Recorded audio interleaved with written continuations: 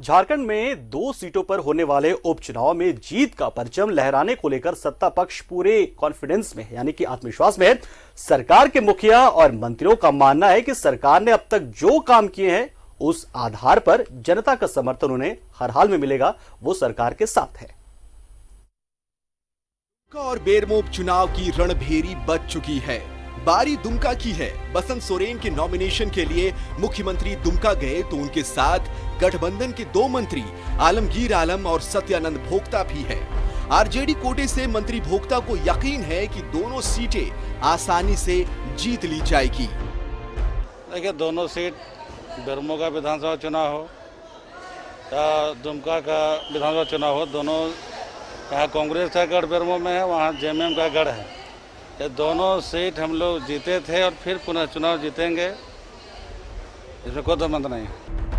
कांग्रेस कोटे से मंत्री आलमगीर आलम को लगता है कि कोविड संक्रमण काल में राज्य सरकार ने जो सेवा की, मजदूरों को वापस लाया, रोजगार दिया, उसका फल मिलेगा और आसानी से दोनों सीटें गठबंधन के खाते में आएंगी।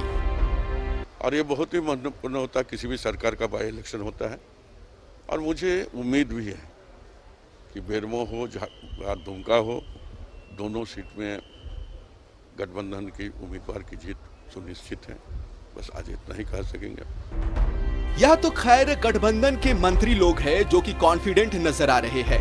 मुख्यमंत्री हेमंत सोरेन से जब ये सवाल हुआ कि विपक्ष भी घटक दलों के साथ एकजुट हो रहा है, विशेषकर बाबूलाल जी बहुत आक्रामक हो रहे हैं, तो उन्होंने बाबूलाल को कोई अहमियत देने से ही साफ इनकार कर दिया।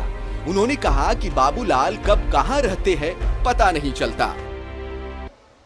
सजने की तैयारी हो रही है तो सभी अपने अपने समर्थकों के साथ जगहों पर जाएंगे, अपने अपने कार्यकर्ताओं से मिलेंगे और इस उपचुनाव का सब गवाह बनेंगे। आदरणीय बाबूलाल जी के बारे में तो किस तरीके से उनका राजनीतिक उतार चढ़ाव और इस घर उस घर होते रहे हैं और किस नीति, सिद्धांत और नैतिकता के साथ लोगों के बीच में जा।